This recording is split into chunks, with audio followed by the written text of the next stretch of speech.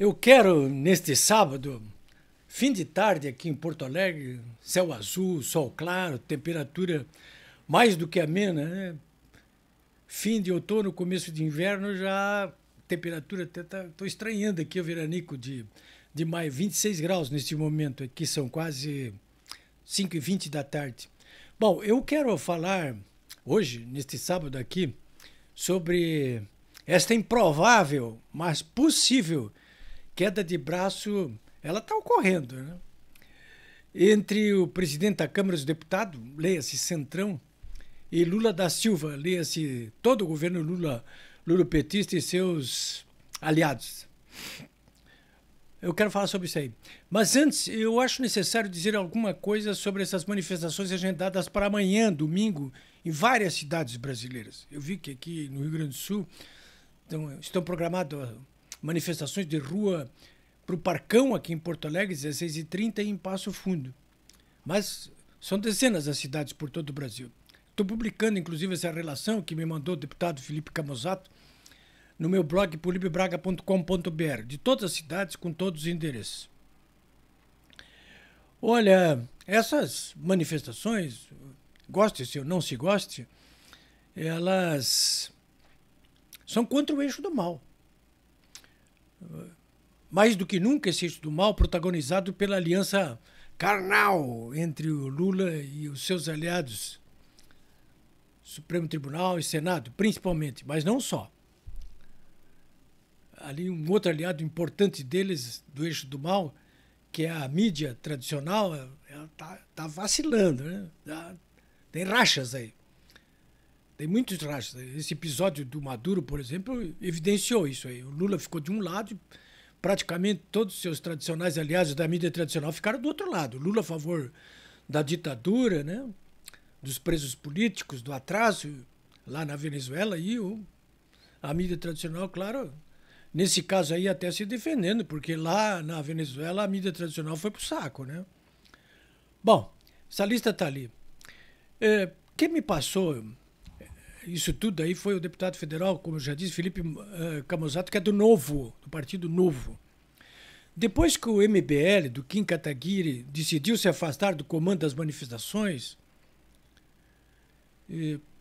por não se articular com o bolsonarismo e o grande líder das oposições brasileiras, Jair Bolsonaro, o MBL caiu fora disso aí, mas o Novo e o Podemos estão insistindo nessas manifestações de amanhã. Vamos ver, né, o que vai dar. Eu só espero que eles tenham aprendido todos esta lição, né? Mais do que nunca é necessário que também eles, né, o Novo e o Podemos, o Dallagnol, esse pessoal todo aí, trate de buscar articulações com os líderes da oposição que realmente contam no Brasil. Principalmente o seu líder, né, o Jair Bolsonaro. Eu não vou nessas manifestações de amanhã. Primeira vez que eu não vou, desde 2013, 2015. Mas não condeno ninguém que vá, não. Eu acho até que só o povo nas ruas e as redes sociais, né? O povo nas ruas e nas redes sociais poderá derrotar essa gente aí. Eles até agora estão ganhando no tapetão, né? Mas acho que tem vitória de pirro por aí, nisso aí, né? Acho bom ir devagar com esse santo aí, porque tem pés de barro. Bom, sobre essa improvável, mas em curso, apesar disso, queda de braço entre o presidente da Câmara, Arthur Lira, leia-se Centrão, e Lula da Silva, leia-se Eixo do Mal. O Lula da Silva tomou a presidência, mas seus agentes que o colocaram lá não conseguiram tomar o Congresso. Dá, mas 550 deputados, 80 senadores, 27 governadores, não é muito fácil, não.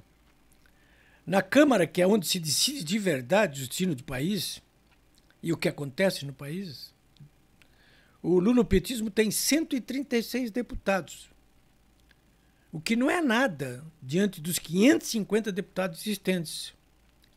O próprio Lula da Silva, hoje, ele admitiu que não tem apoio na Câmara dos Deputados.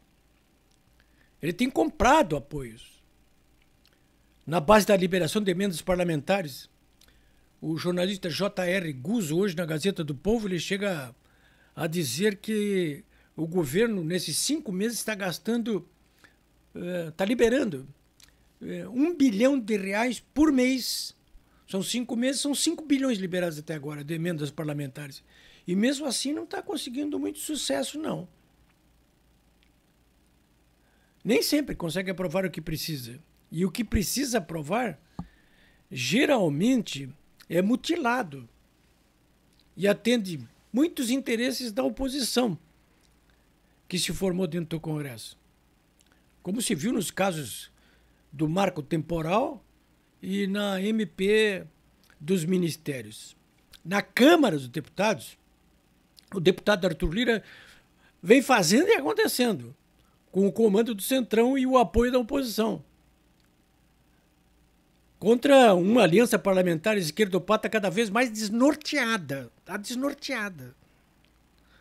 Eu até me surpreendo como é que ela está tão desnorteada, apesar de toda a força que esse governo lulopetista joga, inclusive com o apoio aí do Supremo e do Senado, e da mídia tradicional, do eixo do mal todo, né? Apesar disso, o próprio Lula da Silva afronta essa maioria e hostiliza gravemente o próprio Lira. O governo, senhores, prestem bem atenção, hein? O governo lulopetista e os seus aliados do Supremo dizem que não estão hostilizando o Arthur Lira. Mas vejam bem, só depois dessa queda de braço desta semana, dos desacertos dessa semana, só depois disso, ou durante esses episódios, eles, o governo lulopetista e o Supremo, já alvejaram Lira pelo menos 3 vezes pelas costas. O Lira está se fazendo de salame nisso aí, mas ninguém é bobo nisso aí, né? O que aconteceu? O governo mandou a Polícia Federal para cima dos aliados de Lira nas Alagoas. Eu acho que vocês viram aí as cenas, né? Do cofre lá em Maceió, de um aliado do Lula com R$4 milhões em cédulas. Aquele monte de dinheiro ali. A própria Polícia Federal resolveu tripudiar ali, mostrando envelopes de Viagra. Disse, olha, além de muito dinheiro, esse pessoal aí tá meio broxa, tem que estar tomando Viagra, né? Então, tentando ridicularizar os aliados do Lira, portanto, o próprio Lira, né? É uma provocação barata, né? Mas bem ao estilo desses lulopetistas. Então, primeiro isso. As outras 2 ações foram no âmbito dos aliados do Lula, no Supremo Tribunal Federal. O ministro Dias Toffoli agendou às pressas agora o julgamento de uma ação que já estava lá desde 2019 contra o Lira. Já agendou, pode torná-lo réu, né? E terceiro, o próprio Supremo também suspendeu a ação de Lira contra o Renan. O Renan vinha chamando o Lira aí de ladrão, o Lira processou, e o Supremo, essa semana, para com isso aí. Ladrão, coisa aí. Não vamos processar o Renan, coisa nenhuma. Bom, olha, podem até o pessoal da mídia aí que não acompanha a política há muito tempo, não entende as coisas, não quer entender, ou se faz de desentendido, pode achar que isso aí é coincidência, mas não é coincidência. Essa gente não tem nada de amador. E também essa gente não mede mal feitos, como já se viu aí no caso dessa entronização do Lula da Silva lá na presidência.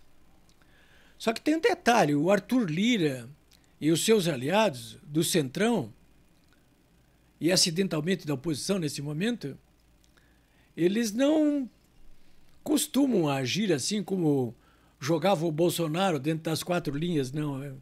É na canela, então vai ser na canela, né? E eles estão com o poder do que aquilo que é importante mesmo no Legislativo, no Congresso. E eles são profissionais do ramo, hein? O Lira, por exemplo, hoje eu estava procurando saber informações com deputados com os quais eu tenho algum tipo de relação. Procurei saber que história foi essa do Lira suspender todas as sessões da Câmara para a semana que vem. Semana que vem não tem sessão na Câmara. O Lira até disse, não vai ter sessão na Câmara, porque quinta-feira é feriado de Corpus Christi, mas talvez haja sessões virtuais. Numa hora dessa... isso é gratuito? Depois eu procurei me informar, o Senado também vai fazer a mesma coisa? Não vai, não. O Senado não vai fazer a mesma coisa. O Senado vai ter sessão, mas são os aliados do Lula. Mas de que adianta as sessões do Senado? Nada. O próprio impeachment, por exemplo, do Lula da Silva, se ocorrer pedido, ele começa pela Câmara. É a Câmara que tem que aceitar o pedido de impeachment. Não é o Senado. O Senado julga. A Câmara é que aprova o pedido para encaminhar ao Senado. E o Senado terá que promover o julgamento, né? É simples assim, mas é assim mesmo. Então, isso não é jogo para cachorro grande, né? Enfim, é preciso dizer mais?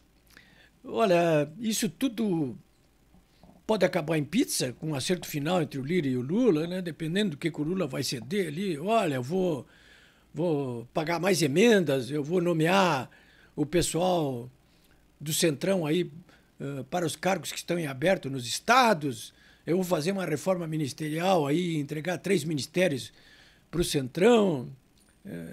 Eles estão pedindo isso aí, né? Eles não admitem que estão pedindo, mas eles estão negociando isso aí. Vamos ver.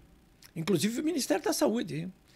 Hoje uma jornalista aqui de Porto Alegre já admite isso aí, a Rosane Oliveira, da RBS, que é afiliada da Globo, diz, a saúde não. A saúde sim. Meu reino por um cavalo, né? Meu reino por um cavalo. Olha, senhores, se essa queda de braço continuar, vai ser uma queda de braço parecida com aquela que começou assim também. O Eduardo Cunha, então, presidente da Câmara dos Deputados, insatisfeito com as negativas da Dilma, que inclusive tentava hostilizá-lo, ele acabou dando um sonoro tchau, Dilma.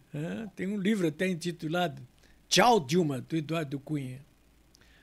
Pode ser até muito cedo, mas pode ter chegado a hora de começar a pensar, sim, que caso continue essa queda de braço, possa ocorrer um definitivo. Aí sim, tchau, Lula da Silva. Vai embora e leve junto todo o eixo principal do eixo do mal. É isso, senhores. Estou parecendo muito otimista? Estou sendo realista apenas. Estou trabalhando com base em informações disponíveis aí. É isso aí, senhores.